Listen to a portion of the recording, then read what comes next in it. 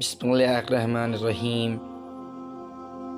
प्यारे दोस्तों, एक दफ़ा सुल्तान सलाहुद्दीन अय्यूबी रहमतुल्लाह अलैह अपने महल में बैठे हुए थे कि एक सिपाही ने आकर कहा, हुजूर, एक औरत है जो रो रो कर उसने अपना बुरा हाल कर लिया और कहती है कि सुल्तान से मिले बगैर नहीं जाऊंगी।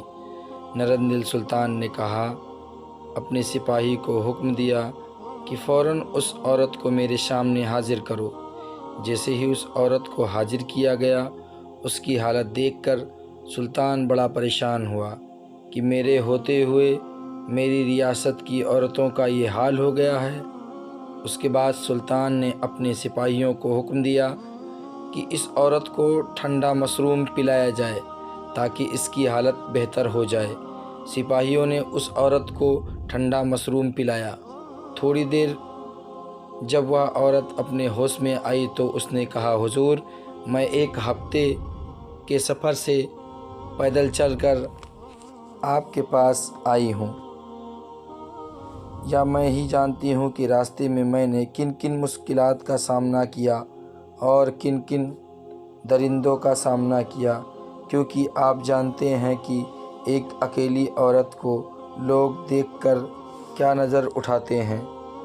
सुल्तान सलाहुद्दीन अय्यूबी रहमतुल्लाह अलैह ने कहा कि ऐसी क्या बात थी कि जो तुमने इतने फासले से मेरे पास आने के लिए खींच लाई।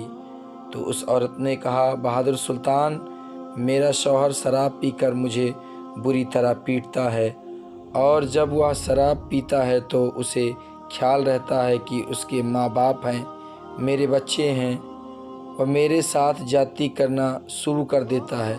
मैं जानती हूँ कि एक बीवी पर शौहर का पूरा हक है, लेकिन वह शराब पीकर अपने हक का नाजायज़ इस्तेमाल करता है और मुझे हमेशा सास, ससुर, बच्चों और रिश्तेदारों के सामने शर्मसार करता है। तो सुल्तान ने कहा कि तुम्हें तो काजी के पास जाना चाहिए था, और मुझे यकीन है कि काजी तुम्हें ज़रूर इंसाफ देता। यह सुनकर उस औरत ने कहा, मैं काजी के पास गई थी, लेकिन काजी हर बार यही कहता कि तुम्हारे शौहर के मुंह से शराब की बू बिल्कुल नहीं आती और तुम्हारे जिस्म पर भी कोई ऐसे निशानात नहीं है जिससे मैं एतबार कर सकूं। मेरे पास कोई सबूत भी नहीं है, इसलिए शहर काजी मेरे शौहर को समझाकर वापस भेज देता है, लेकिन कोई सज़ा नहीं देता। मेरा शौहर जानता था कि अगर मेरे जिस्म पर चोट होती तो वह पकड़ा जाएगा, इसलिए वह ऐसी जगह पर तशद्दुद करता जिससे जिस्म पर निशान नहीं पड़ते थे। लेकिन अगर मैं चाहती तो अपने हाथों से अपने जिस्म पर जख्मों के निशान लगाकर काजी से इंसाफ ले लेती, लेकिन मैं जानती हूँ कि सुल्तान की रियासत में और अगर ऐसी हरकतें करने लग गई तो हमारे सुल्तान के ख्वाब अधूरे रह जाएंगे।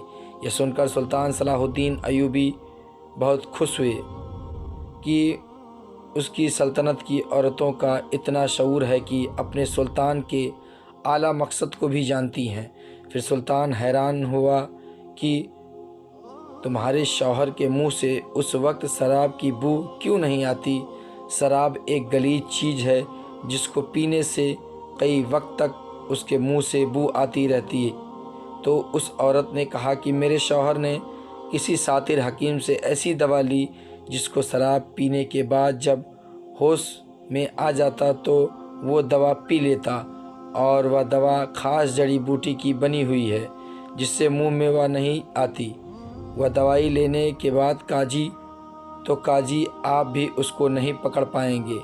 उस हकीम की दवा बड़ी मशहूर है, बड़े बड़े लोग वह दवा बड़ी बड़ी दूर से ले जाते हैं या उस दवा को ले लेता है और इसके मुंह से शराब की बजाय इत्र की खुशबू आती है।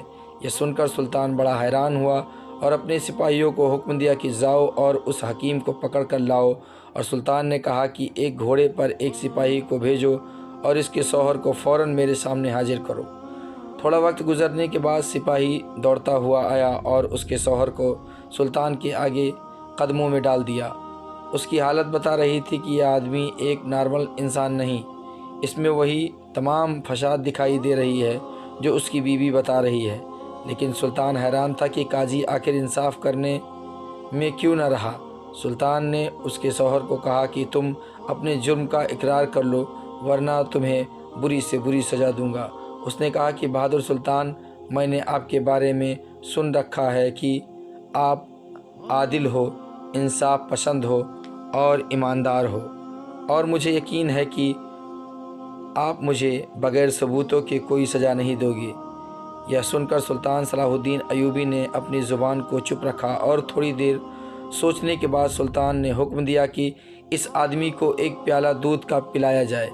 سلطان کے حکم پر اس آدمی کو دودھ کا پیالہ پلایا گیا۔ تھوڑی دیر گزرنے کے بعد سلطان نے کہا، اے نوجوان، یہ جو تم نے دودھ کا پیالہ پیا ہے، اس میں ایک ایسی کریا ہے جس سے تم آہستہ آہستہ اپنی موت کو پکارو گے۔ اگر تمہیں موت زندگی سے بھی زیادہ اچھی لگنے لگے گی، اس سے بہتر ہے کہ تم سچ بول دو، ہو سکتا ہے میں تمہارا علاج کرا دوں۔ کیا ہو سکتا ہے مرنے کے بعد تمہیں قبر اور کفن بھی نصیب ہو، ورنہ تمہیں قبر بھی نصیب نہیں ہوگی۔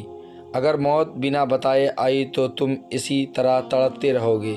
یہ سن کر نوجوان بڑا پریشان ہوا اور دیکھتے ہی دیکھتے زمین پر گر گیا اور کہا، حضور، میں اپنی بیوی کی ہر ایک بات سے اعتراض کرتا ہوں۔ میں اس کے ساتھ ظلم بھی کرتا ہوں، شراب پیتا ہوں اور اس کو اپنے رشتہ داروں کے سامنے شرمسار بھی کرتا ہوں، کیونکہ جب میں شراب پیتا ہوں تو مجھے کسی چیز کا ہوش نہیں رہتا۔ یہ سن کر بادشاہ نے کہا، نوجوان، اب تم کھڑے ہو جاؤ۔ اس دودھ میں کوئی زہر نہیں تھا، بلکہ تمہیں موت کے خوف نے اتنا کمزور بنا دیا کہ تم چند ہی لمحوں میں زمین پر گر گئے۔ تم دیکھو کہ تم نے موت کی خبر سن کر تم اتنے کانپنے لگے، اور دیکھو جب تم پر موت آ جائے گی اور اگر تم اسی طرح اپنے گناہوں کے ساتھ اپنے اللہ کے حضور پیش ہوگے۔ یہ سن کر وہ نوجوان سلطان کے قدموں میں گر پڑا اور کہا، حضور، آپ جو چاہیں مجھے سزا دینا چاہیں، میں اس کو بھگتنے کے لیے تیار ہوں۔ دیکھتے ہی سلطان صلاح الدین ایوبی نے اس کی بیوی کی طرف دیکھا اور کہا، یہ تمہارا مجرم ہے، اب بتاؤ اس کو کون سی سزا ملنی چاہیے۔ اس عورت نے کہا، حضور، آپ کہیں کہ اب یہ شراب نہیں پیے گا اور مجھ پر تشدد نہیں کرے گا۔ یہ سن کر اس نوجوان نے کہا، میں سلطان کے سامنے وعدہ کرتا ہوں کہ میں آئندہ ایسا کوئی بھی کام نہیں کروں گا۔ یہ دیکھ کر عورت بولی، میرے عادل اور بہادر سلطان، جتنا آپ کے بارے میں سوچ رکھا تھا اس سے کئی گنا آپ زیادہ بہادر ہیں۔ اس مقدمے کو لے کر میں 1 سال سے قاضیوں کے پاس لے کر پھرتی آ رہی ہوں اور اپنے شوہر کا جرم برداشت کرتی آ رہی ہوں، لیکن ابھی تک مجھے انصاف نہیں ملا تھا۔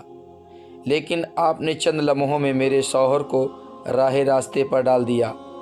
بے شک اللہ تعالیٰ نے اپنی زبان کے الفاظ میں اتنی طاقت بھر دی ہے کہ دنیا کا کوئی بھی انسان آپ کے ساتھ ایک بار بات کر لے تو اسے ہمیشہ بات کرنے کی جستجو رہے گی۔ تمام لوگ سلطان کی اس عقل مندی سے بڑے متاثر ہوئے اور وہ عورت صلاح الدین ایوبی کو دعائیں دیتے ہوئے وہاں سے چلی گئی۔ اتنے میں سپاہی اس حکیم کو ڈھونڈ کر لے آئے اور سلطان کے سامنے پیش کیا تو سلطان نے کہا، بددین آدمی، تم اپنے مریضوں کو ایسی دوا دیتے ہو جس سے ایسی بیماری لگے جو اس کو جہنم تک لے جائے۔ بدمعاش نوجوان، تم چند پیسوں کے لیے اپنی آخرت برباد کر رہے ہو۔ اس کے بعد سلطان نے اس حکیم کو جیل میں ڈال دیا اور حکم دیا کہ اس نے جن جن مریضوں کو ایسی دوائیں دی ان کا صحیح حکیم سے علاج کرایا جائے تاکہ وہ بھی اس برائی سے بچ سکے، کیونکہ مجھے یقین ہے کہ اس نے کافی سارے مریضوں کو اس طرح کی عادت میں لگا رکھا ہوگا۔ پیارے اسلامی بھائیوں، خدا حافظ۔